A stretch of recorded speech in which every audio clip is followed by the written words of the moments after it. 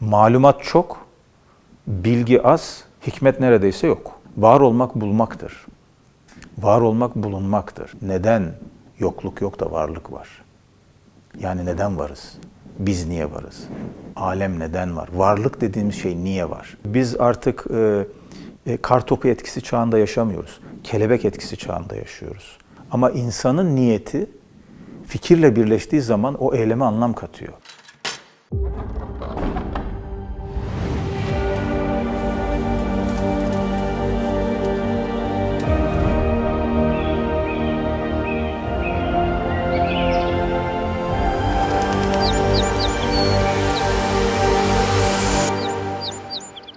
Hocam hoş geldiniz. Hoş bulduk.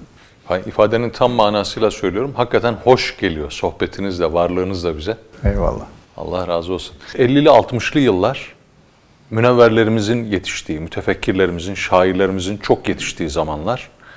2000'lerden bu tarafa bakıp yahu varlık bu tarafın da önünü kesti, bu topraklar münbitti diye değerlendirenler var. Bu düşünceye katılıyor musunuz? Eğer katılıyorsanız niçin böyle?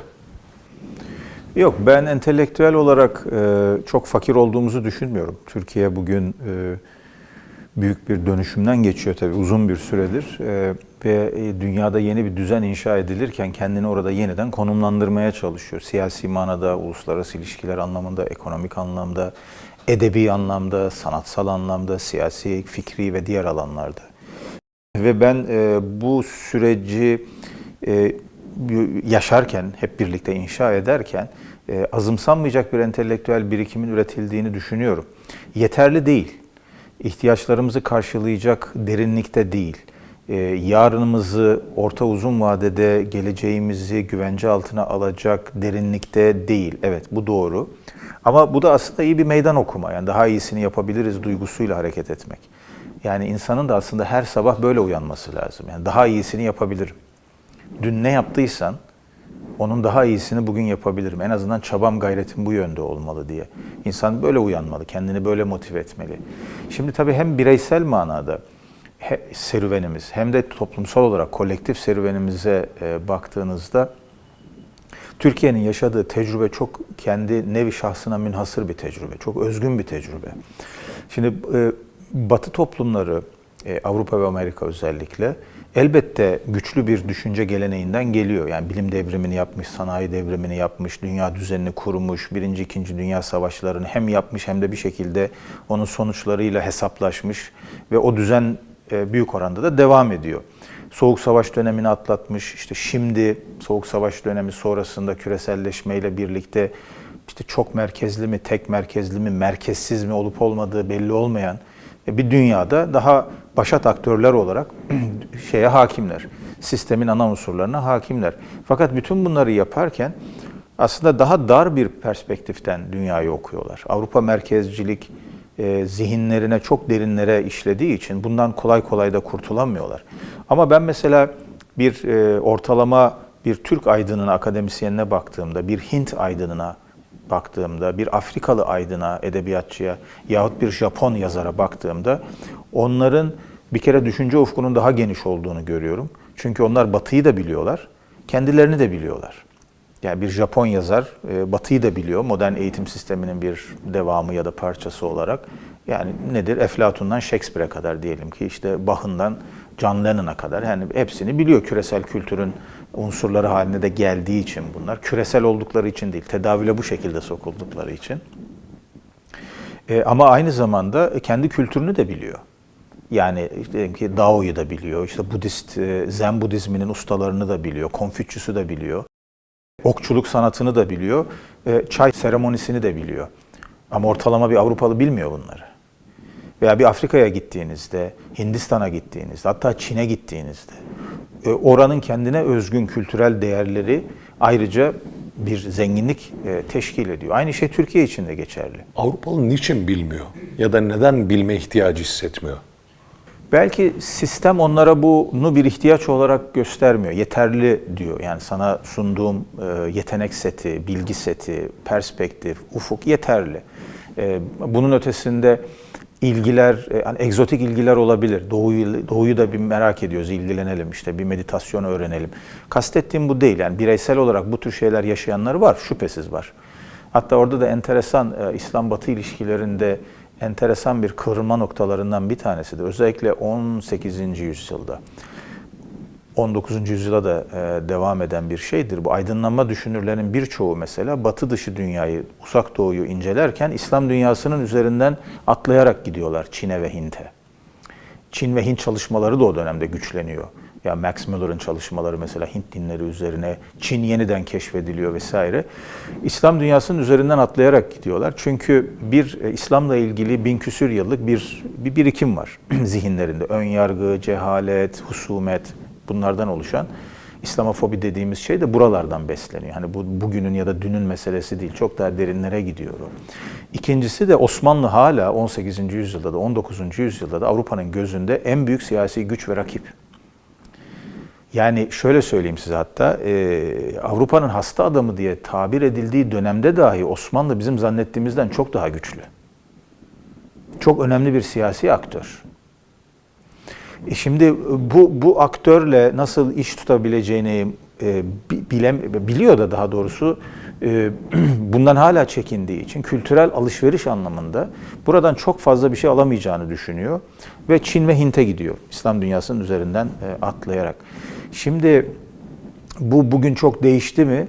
Ben çok değiştiği kanaatinde değilim. Hala bütün bu küreselleşmeye rağmen, bütün bu iletişim imkanlarına rağmen genel olarak baktığınızda dünyanın ortalama kültür seviyesi geçen yüzyıllara göre daha iyi mi diye soracak olursak ben çok daha iyi olduğu kanaatinde değilim. Malumat çok, bilgi az, hikmet neredeyse yok. Şimdi şöyle bir soru soralım. Ortalama bir aydın, okumuş yazmış bir insan. 12. yüzyılda hangi tür bilgi birikimine, temel verilere sahipti? 18. yüzyılda o temel veriler, o bilgi seti, yetenek seti neydi, ne gerekiyordu? Hangi dilleri bilmesi gerekiyordu? Hangi temel kitapları okuması gerekiyordu? Hangi disiplinleri öğrenmesi gerekiyordu? Bugün ne? Sorduğunuzda çok farklı neticeler çıkacaktır ortaya.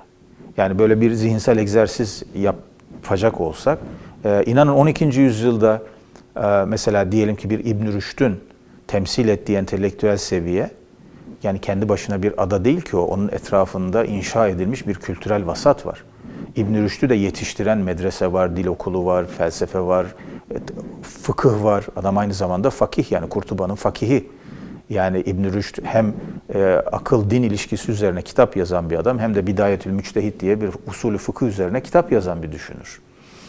Yani bunları birleştirebilmiş bir kişiyi nasıl üretti Endülüs, nasıl üretti Kurtuba? Kurtubalıdır kendisi, biliyorsunuz.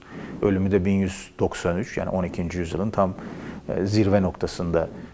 Bunu nasıl yapabildi? Bu kültürel vasat nereden geldi diye baktığınızda, ama İbn Rüşd'ün muadili olan bir mesela Fransız, İngiliz yahut Alman düşünüre baktığınız zaman o dönemde onun da daha geride olmakla birlikte benzer bir yetenek setiyle hareket ettiğini görüyorsunuz. Yani diyelim ki St. Thomas Aquinas'ı düşünecek olursanız, ki hani Hristiyan aleminin Gazalisi kabul edilir. Yani bugün hala devam eden Katoliklik öğretisini inşa etmiş çok önemli Tomizm ekolünün kurucusu ve en büyük Hristiyan Aristocu Aquinas'ın nasıl bir eğitimden gelip nasıl bir entelektüel seviye inşa ettiğine baktığınızda benzer bir tabloyla karşılaşıyorsunuz. Şimdi 18. yüzyılda bu değişiyor. Hani tek tek örnekleri uzun uzun konuşabiliriz. Keşke vaktimiz olsa da konuşsak. Hani diyelim ki Voltaire'i konuşsak, Diderot'u konuşsak, ansiklopediyi yazanları ve ona karşı tepki verenleri, romantikleri mesela, Russoları, ne bileyim o dönemde daha böyle işte insan insanın kurdudur diyen, ya mesela diyelim ki işte Locke gibi isimleri, Hobbes gibi isimleri incelesek, baksak, yani uzun uzun konuşsak bunları. Ama baktığınız zaman hani ortalama şey nedir diye farklı bir tablo çıkıyor. Bugüne geldiğinizde daha farklı bir tabloyla karşı karşıyayız. Şimdi Türkiye'deki entelektüel serüveni, birikimi, seviyeyi yahut eksikliğini bu küresel tablodan bağımsız ele alamayız. Küresel düzeyde yaşanan ne ise biz de payımızı ondan o kadar alıyoruz. Hem olumlu hem olumsuz manada. bütün dünyada bilgi giderek daha satileşiyor, malumata dönüşüyor. Daha araçsal ve işlevsel hale geliyor. İnsanı dönüştüren değil, insanın alıp kullandığı bir enstrüman haline geliyor. Biz de bundan payımızı alıyoruz Türkiye olarak. Ama bütün bunlara rağmen ben hem Türk modernleşmesinin bize sağladığı imkanlar, hem Osmanlı mirası ve oradan gelen açılan İslam medeniyeti mirasına baktığımda, Cumhuriyet dönemindeki kazanımlarımıza baktığımda, yani hem Batı'yı bilen hem de kendi geleneğine hala erişimi olan, bilen demiyorum ama erişimi olan bir toplumun, ben mesela bir ortalama İngiliz, Fransız, Alman, Portekizli yahut Belçikalı vatandaştan, aydından daha iyi bir noktada olduğunu düşünüyorum. Daha iyi imkanlara sahip olduğunu düşünüyorum. Bunu harekete geçirebilirsek, bizi işleyebilirsek, derinleştirebilirsek ortaya muazzam bir sentez çıkacak. Burada bir araya girmek istiyorum. Mesela Batı bir zevalin eşiğinde. Dolayısıyla böyle olmak Batı'ya çok bir şey kaybettirmeyecek. Ama biz bir kemalin arayışındayız. Böyle olmak bizi yoldan alıkoyacak. Burada biz nasıl o mümbit iklimi tekrar ortaya çıkaracağız? Bunun için ciddi bir entelektüel muhasebe yapmamız lazım. Neredeyiz, nereye gitmek istiyoruz? Bu soruyu her gün sormamız lazım. Bu sorunun tek bir cümlelik cevabı yok. Bugün verdik, önümüzdeki 30 yıl artık bu soru sorulmasın diyecek bir noktada değil. Bu soruyu her gün soracağız. Her gün ona belki yeni cevaplar bulacağız. O cevaplara yeni bazı cüzler ekleyeceğiz. Bu bir dinamik süreç olarak devam edecek. Bunu yapabilecek enstrümanlarımız, imkanlarımız var. En önemlilerden bir tanesi, biz dünyada kendimizi nasıl konumlandırmak istiyoruz? Bu soruyu zihnimizde net bir şekilde sormamız lazım. Yani biz bir millet olarak dünyada nerede olmalıyız ve dünyaya ne söylemeliyiz? Bizim dünyadaki misyonumuz ne olmalı? Dünyadan kastım kendi bölgemiz, küresel meseleler, ama bütün bunları hayata geçirebilmeniz için önce sizin kim olduğunuza, ne olduğunuza dair bir fikrinizin olması lazım. Yani var olmanız lazım. Kendinizi bulmanız lazım. Arapçada var olmak, vücut kelimesi etrafındaki kelimelerle ifade edilir. Ve vecede, evcede Arapçada bulmak demektir. Evcede bulunmak demektir. Var olmak bulmaktır. Var olmak bulunmaktır. Neyi bulmak? Neyi arıyorsan onu. Hakikati arıyorsan, hakikati bulduğunda varsın. Sevgiyi arıyorsan, sevgiyi bulduğunda gerçek manada varsın.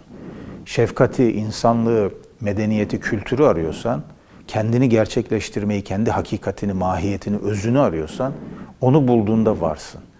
Onu bulana kadar var değilsin aslında. Sadece mevcutsun. Var olmak ile mevcut olmak arasında önemli bir fark var.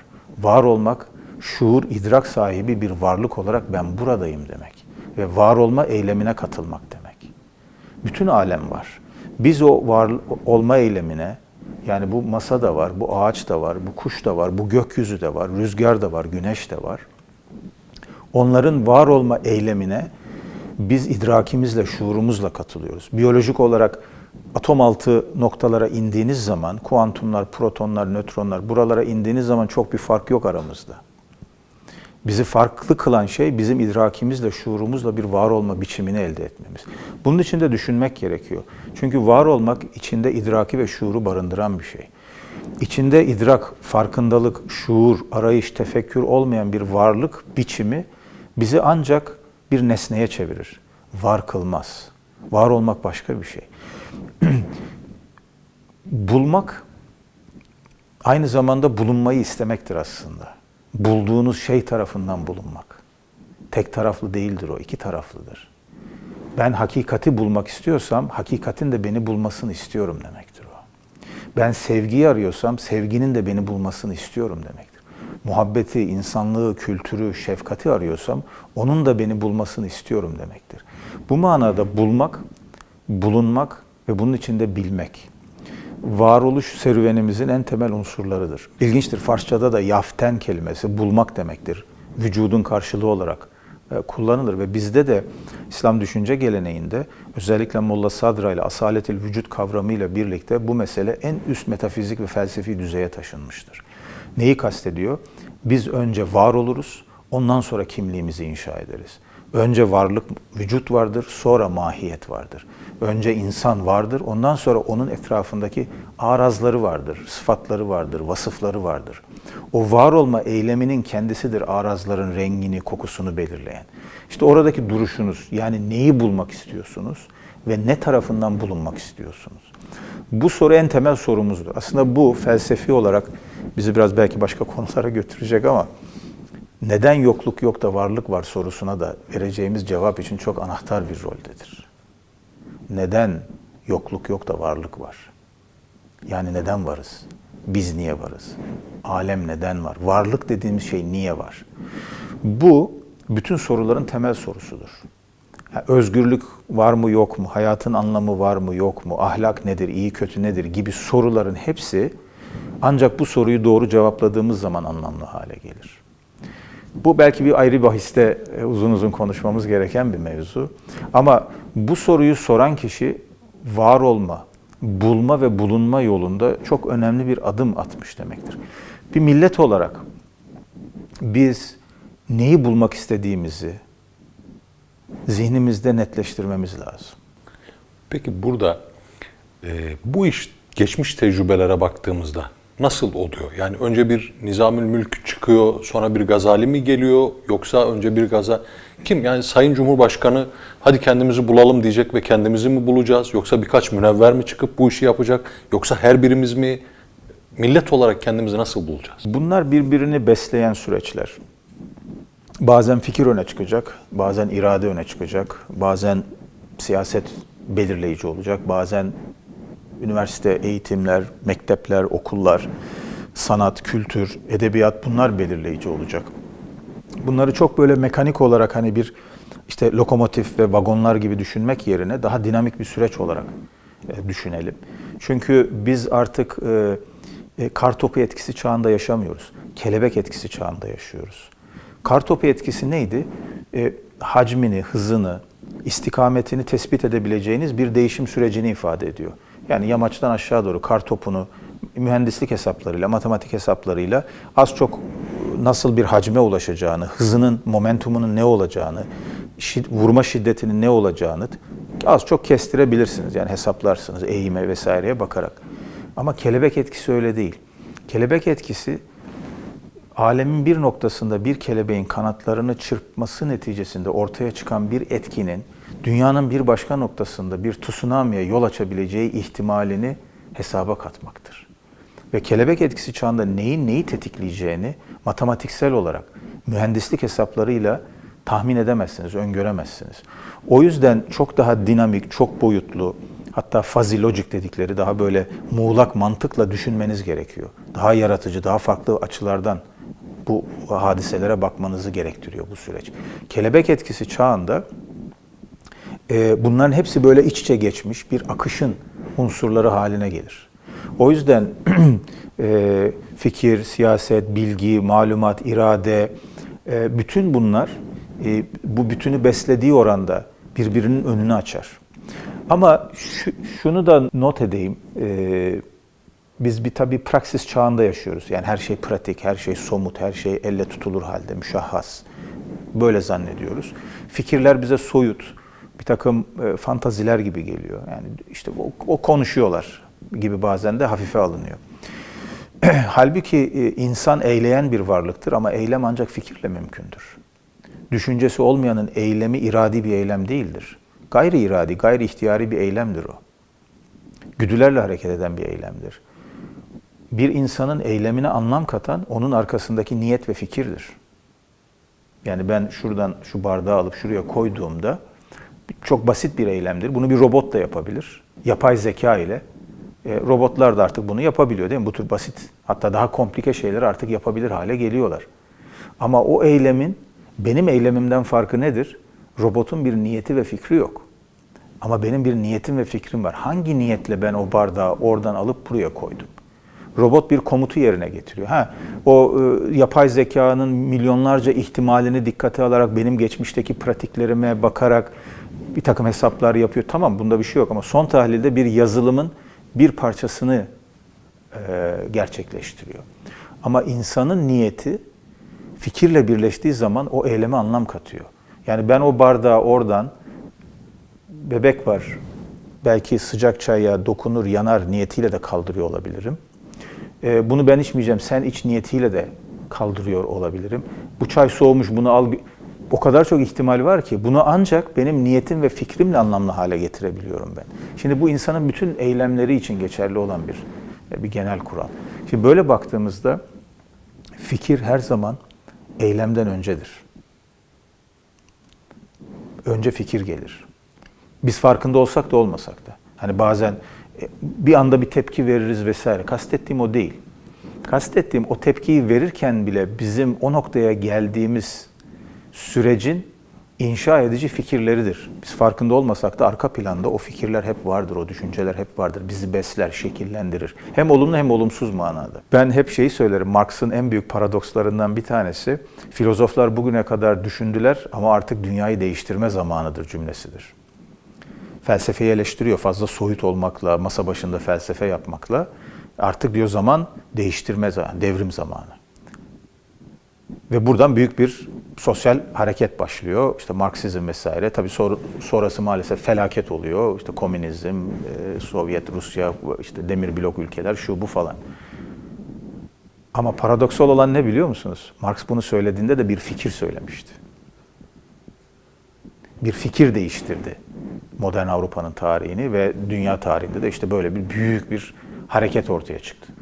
Marksizmi ayrıca analiz edebiliriz artılarıyla, eksileriyle ama çıkış yeri bir fikirdi. Tabii bir isyan da aynı zamanda. Yani Marx'ın aslında adalet duygusunun bir isyanıydı. Yani Komünist Manifesto'ya baktığınızda mesela dinle ilgili bölümü ve birkaç kısmı parantez içine alın. Vicdanı olan, adalet duygusu olan her insan bugün hala onun altına imza atar.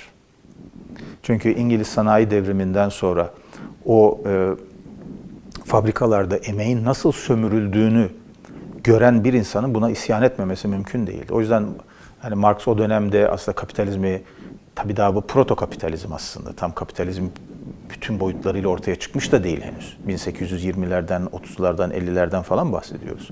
Yani yeni daha böyle bir kendi kurumsal kimliğini bulmaya çalışıyor. O dönemde bile emeğin nasıl sömürüldüğünü ve insanın kendine nasıl yabancılaştığını çok iyi gözlemleyerek bu sonuçlara varıyor. Bu sonuçlardan yaptığı çıkarımlar ve önerdikleri yanlıştı. Tarihen de bunların yanlış olduğunu gördük. Özellikle din meselesindeki, din kitlelerin afyonudur sözünün ya da yaklaşımının ne kadar yanlış olduğunu da defalarca tarihte gösterdi. Bunu uzun uzun konuşabiliriz. Parantez içinde maalesef mesela dünyada solun, özellikle Türkiye'de de Türk solunun mesela İslam'la ilişkisini Marx'ın bu yanlış okuması üzerinden kurması büyük bir kayıptır. Çünkü Marx Avrupa'nın çok hususi bir dini tecrübesine atıfla bu cümleyi söylemişti.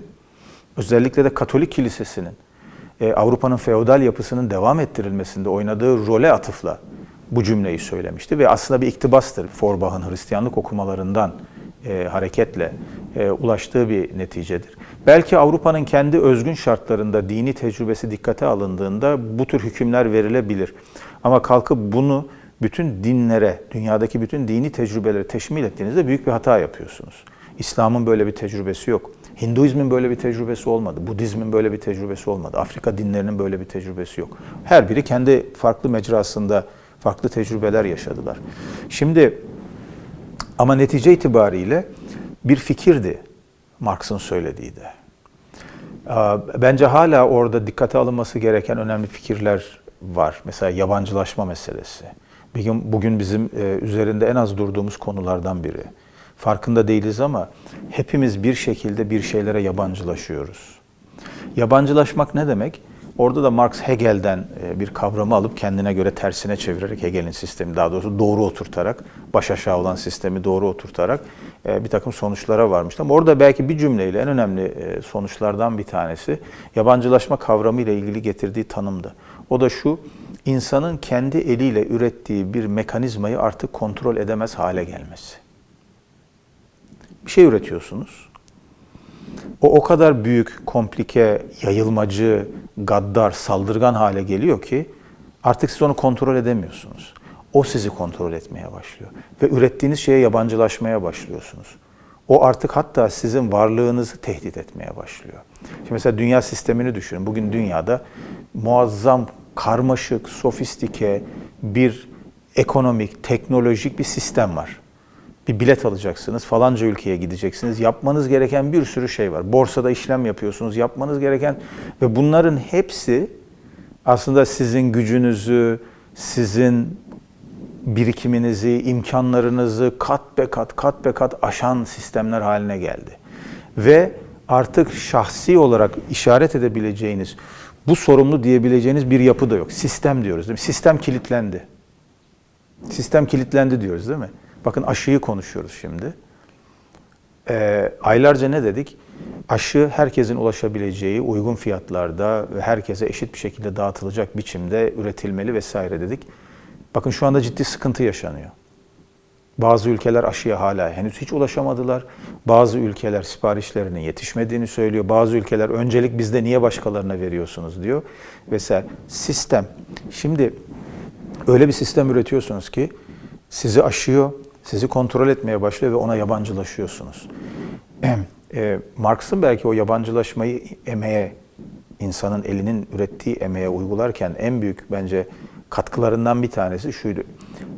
Emek kapitalist sistemde alınır satılır bir meta haline geldiği anda insan kendi emeğine yabancılaşmaya başlar.